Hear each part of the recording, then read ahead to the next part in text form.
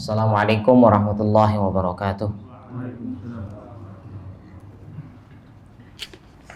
Alhamdulillahirabbil alamin. Wa bihi nasta'inu ala umurid dunya waddin. Wassalatu wassalamu ala asyrafil anbiya wal mursalin. Nabiyyina Muhammadin wa ala alihi wa ashabihi ajma'in.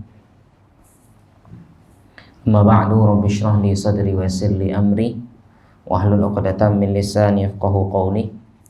Subhanaka la ilma lana illa ma 'allamtana innaka antal alimul hakim. Allahumma inna nas'aluka ilman nafi'an wa rizqan thayyiban wa 'amalan taqabbala. Rabbana zidna ilma warzuqna fahma. Masyarul muslimin jamaah salat subuh rahimakumullah. Alhamdulillahirabbil alamin. Pada pagi hari ini kita masih diberikan kesempatan oleh Allah Subhanahu wa taala dengan begitu banyak nikmatnya. Mudah-mudahan segala seluruh aktivitas ibadah kita itu diterima di hadapan Allah Subhanahu wa taala. Amin. Yang kedua, salawat dan salam semoga selalu terlimpah curahkan kepada Nabi kita Nabi Muhammad sallallahu alaihi wasallam dan juga kepada seluruh para keluarganya, para sahabatnya dan para pengikutnya sampai hari kiamat. Jemaah kaum muslimin rahimakumullah, karena ini adalah hari Jumat, kami hanya ingin mengingatkan kita untuk dianjurkan memperbanyak sholawat kepada Nabi sallallahu alaihi wasallam, dan juga kita dianjurkan untuk membaca surat Al-Kahfi, dan kita banyak berdoa kepada Allah Subhanahu wa taala, terlebih di setelah sholat asar sampai maghrib. Baik jemaah rahimakumullah, kita lanjutkan bahasan kita yaitu dalam syarah Al-Arba'in An-Nawawiyah, yang mana kita hampir kepada ujung dari syarah tentang hadis penciptaan, penciptaan seorang manusia yang ada di dalam perut janin ibunya, yang mana sudah kita bahas, yaitu ada seseorang yang melakukan amalan surga, tapi belum dikatakan amal soleh, tapi dikatakan amal surga. Cuman ketika menjelang wafatnya tinggal lagi sejengkal, sangat dekat dengan kematian, dia malah Allah Subhanahu wa taala berikan ketetapan baginya. Ternyata dia matinya dalam keadaan su'ul khotimah, dan begitu juga sebaliknya. Fallahu azza wa jalla akram min abdihi. Allah Subhanahu wa taala begitu sangat-sangat, artinya Allah Subhanahu wa taala lebih mulia daripada hamba-hambanya. Lakin la budda min bala'in fil qalb. Tapi memang bahwasanya kita ini akan diuji pasti dalam hati, artinya hati kita pasti akan diuji oleh Allah. Wadkur qissatar rajul alladzi kana ma'an nabiy sallallahu alaihi wasallam. Ingatlah sebuah kisah fi ghazwati min ghazawatin alaihi salatu wassalam, dalam sebuah kisah yaitu dalam kisah peperangan di antara peperangannya Rasulullah sallallahu alaihi wasallam. Jadi di sini ada sebuah cerita atau ada seorang yang mengatakan namanya Qasman. Wa kana hadzal rajul la yada' syadatan wala fadah lil adui illa qada 'alaiha. Bahwasanya dalam hampir setiap peperangan ini tidaklah seseorang itu laki-laki tersebut melewati suatu musuh kecuali dia akan membunuhnya. Siapapun yang dilewati akan dibunuhnya. Ini dikisahkan seorang laki-laki di dalam perang tersebut. Wa kana fata'ajaban nas minhu. Maka para sahabat takjub waktu itu melihat bagaimana apa yang dilakukan oleh laki-laki ini. Pokoknya dalam perang itu bahkan dikatakan perang Uhud waktu itu, yang mana manusia, artinya para sahabat sempat mengalami kekalahan, yang mana terjadi kekalahan pada kaum muslimin yang waktu itu yang dipimpin kafir Quraisy saat itu masih dipimpin oleh Khalid, Dan ternyata Khalid di sini mengambil arah berbalik yang kemudian akhirnya menyerang kaum muslimin, ya, yang membuat kacau waktu itu barisan. Nah, di sanalah orang ini diceritakan, ya, istilahnya membabi buta, ya. Tapi yang dibunuh memang adalah artinya para kafir Quraisy. Wa qalu hadzal ladzi kasaba al-ma'rakah. Wah. Ya, jadi dia yang beruntung dalam peperangan ini. Jadi ceritanya memang si Kozman atau laki-laki ini, ya, jadi ketika dalam peperangan dialah yang istilahnya kayaknya pemain utama kalau dalam bintang film, ya, pemain utama dalam perang ini, ya. Bahkan para sahabat mengatakan perangnya ini miliknya si fulan tersebut, ya, perang Uhud ini terkenal. Nah, semua manusia, artinya semua sahabat takjub melihat keberaniannya dia. Yang akhirnya sampailah dia kepada kematian. Maka sahabat muji-mujinya. Ternyata apa? Rasulullah Shallallahu Alaihi Wasallam mengatakan huwa min ahlin nar. Dia dari penduduk neraka. Secara zahir, masya Allah, luar biasa perjuangannya. Secara zahir, ya. Ternyata dia dikatakan oleh Rasul sallallahu alaihi wasallam apa? Huwa min ahlin nar. Dia termasuk penduduk neraka. Ya. Fa'azuma dzalika 'ala sahabah radhiyallahu anhum. Kaifa yakunu hadzal rajul min ahlin nar? Maka para sahabat artinya menjadi penasaran melihat dengan zahirnya, sikapnya, perbuatan yang dilakukan, ternyata masya Allah, ya, hitungannya luar biasa. Tapi kenapa Rasul mengatakan huwa min ahlin nar? Dia dikatakan masuk ke dalam neraka. Faqala rajul, ya, faqala rajulun la alzamnahu ay utabi'uhu. Ada seorang sahabat yang akhirnya apa? Kami akan mengikuti dia. Utabi'uhu fatabi'uhu. Kemudian dia mengikuti. Apa yang dilakukan Kozman ini diikuti. Ya, istilahnya apa ya? Dimata-matai. Ya, fauziba hadzal rajul asy-syuja' al-miqdam bisahmin minal adu fajaza'a wa salla sayfahu wal iyadu billah thumma wada'a zu'abata sayfihi ala sadrihi, ya, wa maqdabadihi 'ala al-ardi. Jadi bahwasanya orang laki ini kemudian apa? Mengayunkan pedangnya ke sana kemari dan sebagainya. Akhirnya yang namanya peperangan dia terkena, ya, terkena dari senjatanya orang kafir Quraisy yang akhirnya dia jatuh. Nah, setelah dia jatuh, apa yang terjadi? Summataka 'alaihi hatta kharaja min dhahrihi faqatala nafsahu. Yang akhirnya karena melukai membuat dirinya sakit, ya, di mata pedang itu sudah menusuk, maka ditusuklah lagi, yang akhirnya tembus, ya, menembuskan badannya itu, yang akhirnya dia meninggal karena hal tersebut, ya, bunuh diri. Faja'a ar-rajul ila Nabi sallallahu alaihi wasallam wa akhbarahu. Maka laki-laki ini kemudian mengabarkan, yang tadi dia melihat itu, mengabarkan kepada Rasul sallallahu alaihi wasallam dan mengatakan asyhadu annaka rasulullah. Ya, aku bersaksi bahwasanya engkau adalah Rasulullah. Qala bima? Apa? Kenapa? Qala inna rajul alladhi qulta fihi innahu min ahlin nar hasala minhu kadza wa kadza. Ternyata lelaki yang engkau ceritakan itu ya Rasulullah, yang sebagaimana engkau ceritakan itu ternyata apa? Mendapatkan hal ini. Dia ceritakan, ya, dia ceritakan bagaimana keadaannya si Kozman, Kozman ini. Faqala Nabi sallallahu alaihi wasallam ba'da dzalika. Maka Nabi mengatakan setelah itu sebuah hadis, inna ahadakum la ya'malu bi'amali ahlil jannah fima yabdu linnas wa huwa min ahlin nar. Bahwasanya di antara kalian akan ada yang melakukan amalan ahli surga, ya, fima yabdu linnas, yang mana itu tampak di hadapan manusia. Apa? Wa huwa min ahlin nar. Ternyata dia adalah penduduk neraka. Zohirnya amalannya masya Allah luar biasa, ya. Kalau sedekah dia yang paling pertama, kalau sholat dia saf yang paling pertama, pokoknya segala sesuatunya dia yang paling pertama, yang paling utama dalam segala kegiatan, dia yang paling utama.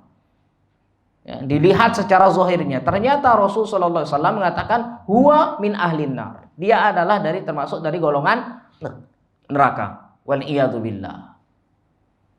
Cerita yang kedua, ya, atau bahkan sebelumnya memang laki-laki ini yang ikut perang dalam perang Uhud ini yang dikatakan sebagai pahlawan.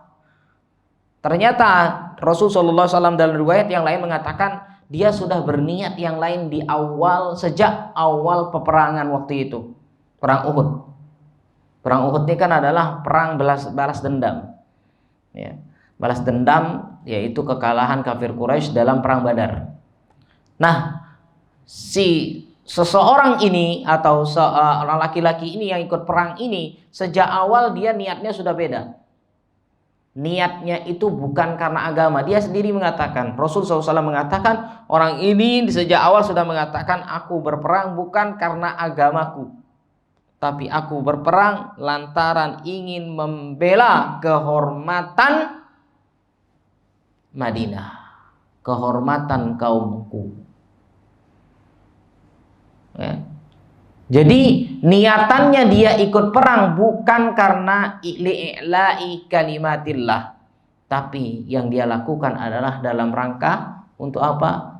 Untuk membela kota, membela daerah. Rasisme ya terhadap suku. Ternyata dikatakan oleh Rasulullah SAW, huwa min ahlin nar. Dia adalah termasuk penduduk neraka. Waliyadzubillah. Yang kedua, wazkuru qissata al-Usairim min Bani Abdil Ashhal minal Ansar. Yang kedua ceritanya Usairim yang berbanding terbalik. Kana munabidan lid-da'wah al-islamiyah aduwan laha. Ya, bahwasanya dia hidup sebenarnya yaitu sangat-sangat keras terhadap Islam. Ya, sangat benci sama Islam, tidak suka, bahkan memusuhi Islam. Walamma kharajan nas ila ghazwati Uhud alqallahu ta'ala fi qalbihi al-iman fa amana wa kharaja lil jihad wa qatala syahida. Ya, ketika perang Uhud ini yang lain cerita lagi. Ya, dalam perang Uhud Allah Subhanahu wa taala masukkan keimanan ke dalam hatinya. Fa'amana, kemudian dia beriman, wa kharaja lil jihad wa qatala syahida. Wa qutila syahida, maka dia keluar menuju jihad dan dia qutila syahida, terbunuh syahid. Faja'an nas ba'dal ma'rakah yatafaqqaduna qitalahum wa idar rajul. Ya, maka biasa habis peperangan itu biasa para kaum muslimin itu akan mencari berkeliling terlebih. Jadi habis perang tidak langsung bubar, tidak, dicari-cari dulu siapa yang meninggal, siapa yang dilihat masih hidup, kalau masih hidup atau sakit diobati, ada luka diobati dan sebagainya, dicari-cari. Ternyata apa? Di sana terdapat seorang yang sudah terluka, yaitu salah satunya yang bernama Usairim ini. Faqala man ladzi ja'aka bika ya fulan. Apa yang mendatangimu sehingga engkau ikut dalam peperangan ini? Ajita hadaban ala qaumika. Apakah engkau datang berperang di sini untuk membela kaummu? Am raghbatan fil Islam? Atau kamu ini memang berperang untuk membela agama Islam ini? Qala bal raghbatun fil Islam. Bahkan dia mengatakan apa? Aku berperang karena agama Islam. Summa talaba minhum an yaqra'u 'ala an-nabi sallallahu an yuqri'u 'ala an-nabi sallallahu alaihi wasallam fasara hadha khitamu an qutila syahidan ma'a annahu kana munabidan lid-da'wah. Bahasanya dia mengatakan yuqri'u 'ala an-nabi sallallahu agar bahwasanya ini diceritakan kepada Nabi sallallahu alaihi wasallam. Dan bahkan dalam riwayat yang lain dia mengatakan nanti kalau aku meninggal seluruh hartaku akan aku serahkan kepada Rasul sallallahu alaihi wasallam. Maka subhanallah, Fasara hadza, akhirnya apa? Dia terbunuh dalam keadaan syahid. Ini jamaah rahimakumullah. Usairim adalah sebuah cerita yang berbalik, ya, yang dengan cerita yang pertama. Yang Usairim ini sama sekali belum pernah melakukan kebaikan, bahkan belum pernah melakukan sholat sekalipun. Ketika dalam kondisi peperangan, Allah Subhanahu wa taala berikan petunjuk kepada hatinya, berikan hidayah kepada hatinya. Ternyata dia masuk Islam, setelah itu langsung dia ikut berperang. Ini belum pernah sholat. Tapi subhanallah, masya Allah, tabarakallah, akhirnya meninggal dalam keadaan syahid. Dan ini diakui oleh Rasulullah Shallallahu Alaihi Wasallam. Jamaah rahimakumullah, dua hal yang sangat-sangat terbalik. Ya, yang satu melakukan amalan-amalan ahli surga begitu sangat dekat, ternyata menjelang kematian berbalik. Ya. Yang kedua melakukan amalan-amalan buruk. Ya, ternyata subhanallah di sejengkal menuju kematiannya atau sehasta menuju kematiannya, ternyata subhanallah Allah berikan ketetapan yang lain. Jamaah rahimakumullah, dari dua hadis ini menunjukkan bahwasanya teruslah berdoa kepada Allah, minta kepada Allah, ya muqallibal qulub, tsabbit qalbi ala dinik. Karena yang mengetahui tentang kewafatan kita hanya Allah Subhanahu wa ta'ala. Allahumma inna nas'aluka bihusnil khatimah. Hadis ini sekali lagi bukan mengajarkan kepada kita enggak apa-apa, lakukan aja buruk-buruk dulu, toh nanti ujungnya, yang penting ujungnya. Kadang kan ada manusia yang sifatnya bersikap seperti itu, yang akhirnya ujung-ujungnya malah semakin tambah parah. Ya. Jadi jangan pernah untuk menyentuh itu. Ya. Selama kita masih bisa melakukan kebaikan, lakukan kebaikan itu. Ya, lakukan kebaikan itu. Karena memang segala sesuatunya yang terhitung adalah ujungnya. Ya, penutupnya itulah yang akan terhitung dalam kehidupan seseorang. Tapi ingat, dalam sebuah riwayat dikatakan orang itu akan wafat sesuai dengan kebiasaannya. Ya, maka jangan pernah meremehkan bahwasanya lakukan amalan kebaikan itu sekecil apapun, bahkan yang sunnah-sunnah ini kita perkuat. Yang merasa kita mungkin ini adalah amalan kecil, kita berusaha. Dan ingat, segala sesuatunya yang dihitung adalah ketulusan, keikhlasan, kemudian niatnya karena Allah Subhanahu wa ta'ala. Ketulusannya, inilah yang akan terhitung. Sesuatu yang sangat kecil dia akan sangat besar ketika ada ketulusan di dalamnya. Ingatlah sebuah kisah yang sebagaimana orang yang menyelamatkan seekor anjing yang kehausan. Bayangkan anjing yang ditolong. Ya, anjing yang ditolong, binatang yang sangat-sangat najis. Binatang yang sangat najis. Namun di sini subhanallah, ketulusan itulah yang dilihat oleh Allah Subhanahu wa ta'ala.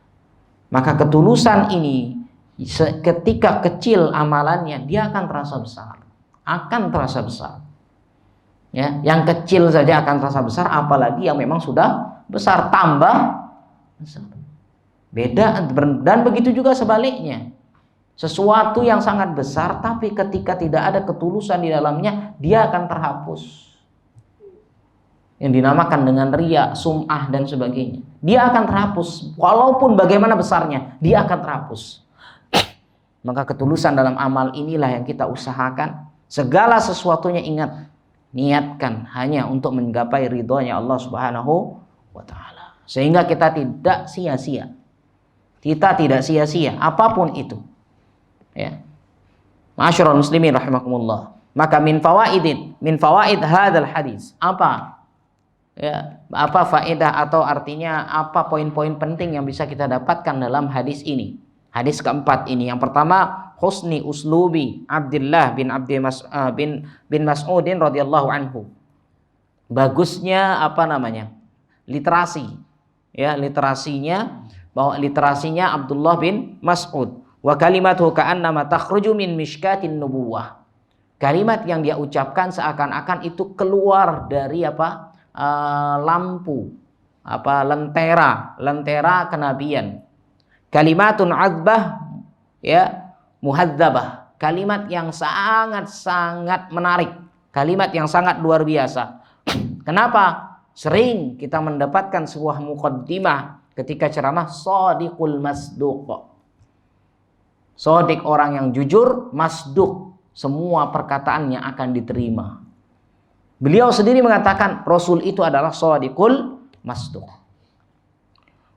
Wanzur ilal asar al-warid. Begitu juga ada sebuah asar yang menunjukkan asar, ya, asar itu bentuknya umum. Ya, kalau hadis itu dinisbatkan kepada Nabi sallallahu alaihi wasallam, tapi kalau asar bentuknya umum. Ya, kepada para sahabat, qaulnya sahabat dan qaulnya Rasul sallallahu alaihi wasallam dan sebagainya, lebih umum. Ada sebuah asar mengatakan man sarrahu ala an yulqi'a an yalqallah ghadan musliman falyuhafid ala salawati haitsu yunadi bihinna.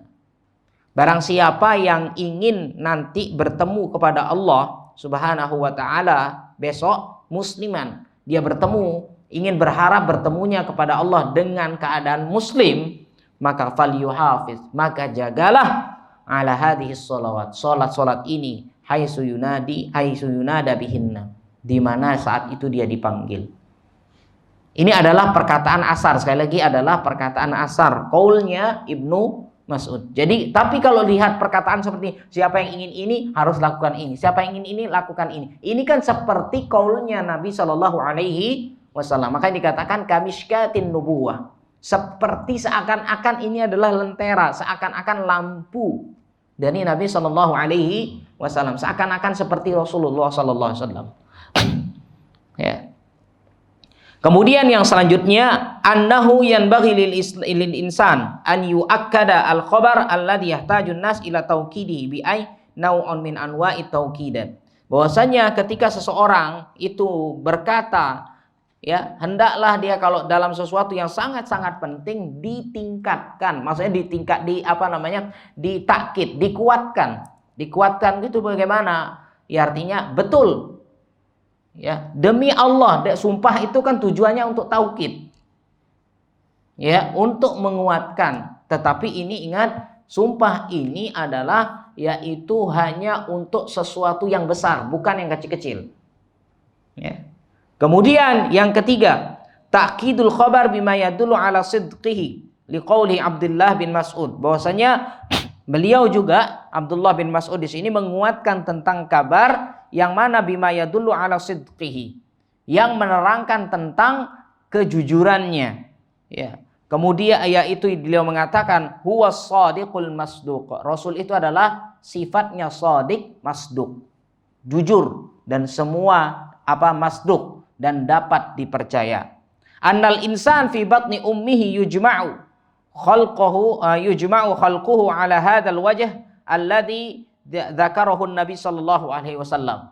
Bahwasannya disebutkan dalam hadis ini bahwasannya manusia itu yujma', dikumpulkan penciptaannya di dengan tingkatan-tingkatan, ya, sebagaimana sudah dijelaskan, dan ini dijelaskan dzakarahu Nabi sallallahu alaihi wasallam, sudah disebutkan oleh Nabi sallallahu alaihi wasallam. Annahu yabqa nutfatan limuddah arba'ina yauman.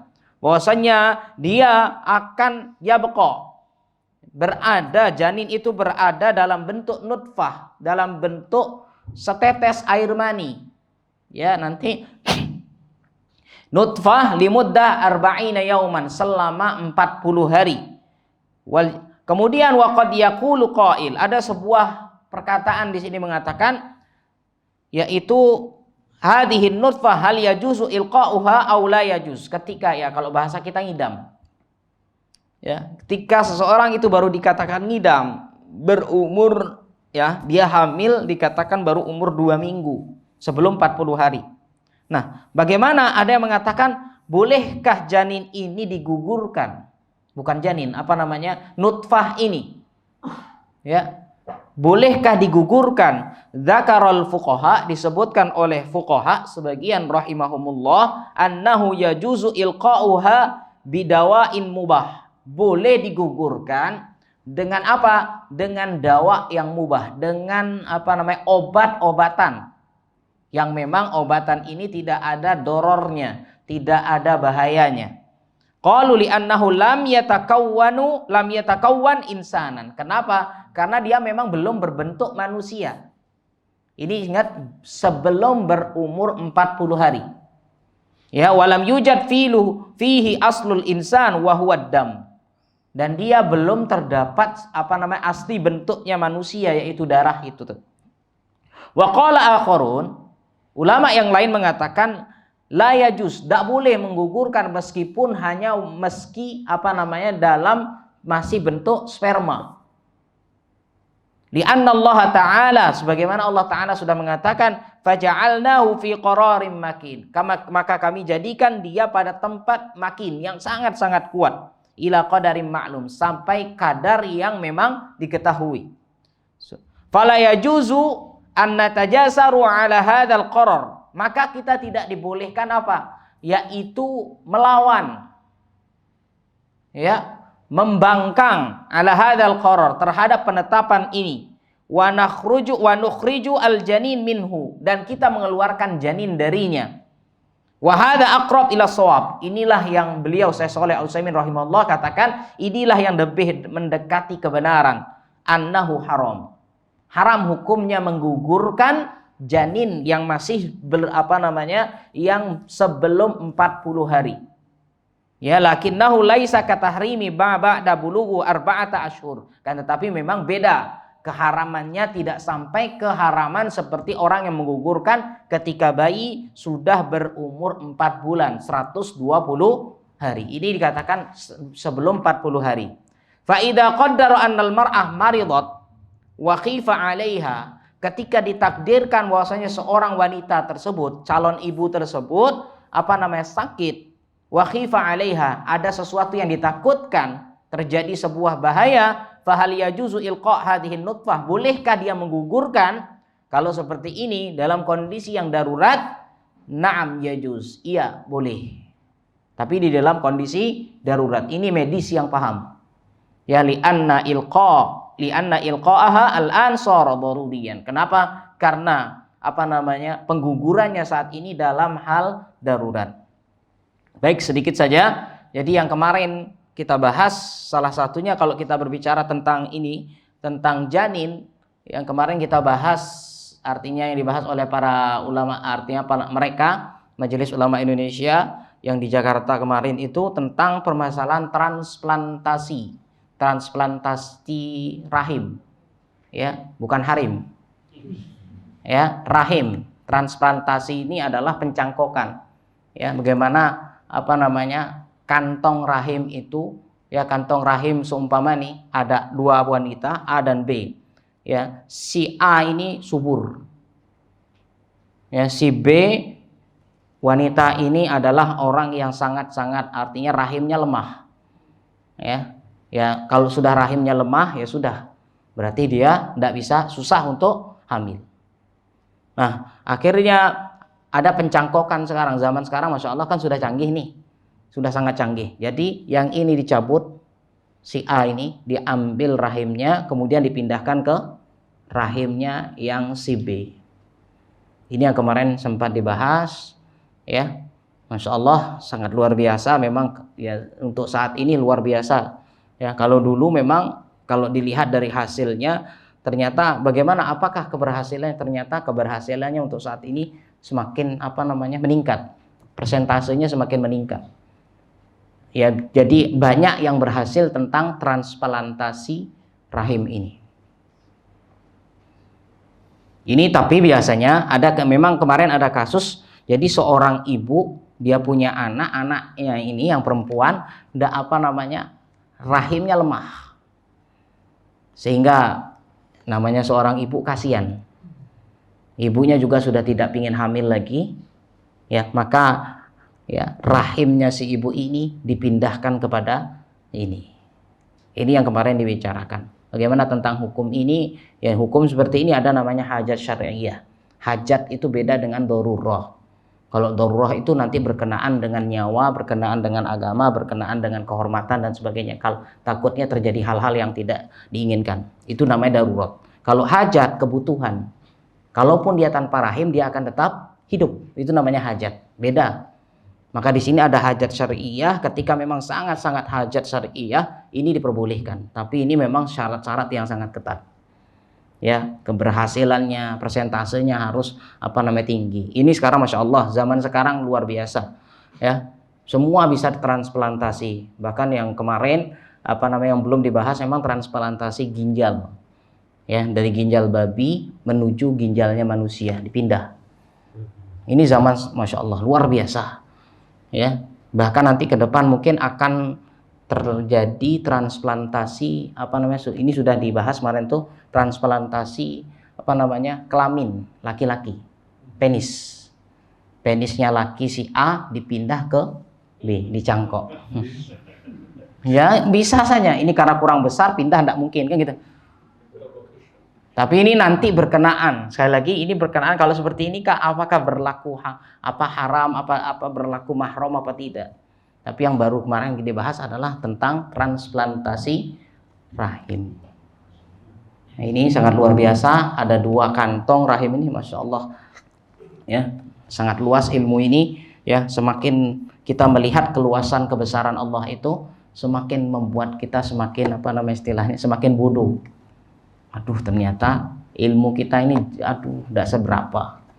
Ya, masya Allah sangat luar biasa. Maka dari itu jamaah rahimakumullah, ya, ingat bahwasanya ketika kita di dalam perut kita, di perut ibu kita, kita diberikan begitu banyak nikmat oleh Allah Subhanahu wa taala. Begitu banyak nikmat. Ya, maka bersyukurlah. Bahkan ada ibu mengatakan bahwasanya kalau kita sebagai seorang ayah, seorang bapak kan biasa saja, punya anak, tidak punya anak biasa. Tapi bagi seorang ibu, bahwasanya ketika dia memiliki anak, itulah kehidupan sesungguhnya. Kematian seorang ibu itu adalah ketika tidak memiliki seorang anak. Maka banyak kemarin keluhan-keluhan yang terjadi, siapapun nanti kalau dia sedang berkumpul dengan orang-orang yang belum memiliki keturunan, tidak usah ngomong-ngomong masalah keturunan, tidak usah ngomong masalah anak. Ya, ini jamaah rahimakumullah, mudah-mudahan apa yang kita pelajari bersama sedikit ini bermanfaat untuk kita semuanya. Jazakumullah khairan. Ya, kita akhiri sampai di sini. Insyaallah kita akan nanti lanjutkan lagi, yaitu di poin yang ke-6. Barakallahu fikum. Saya akhiri wa sallallahu ala nabiyina Muhammad. Subhanakallahu bihamdika asyhadu an la ilaha illa anta astaghfiruka wa atubu ilaik. Assalamualaikum warahmatullahi wabarakatuh.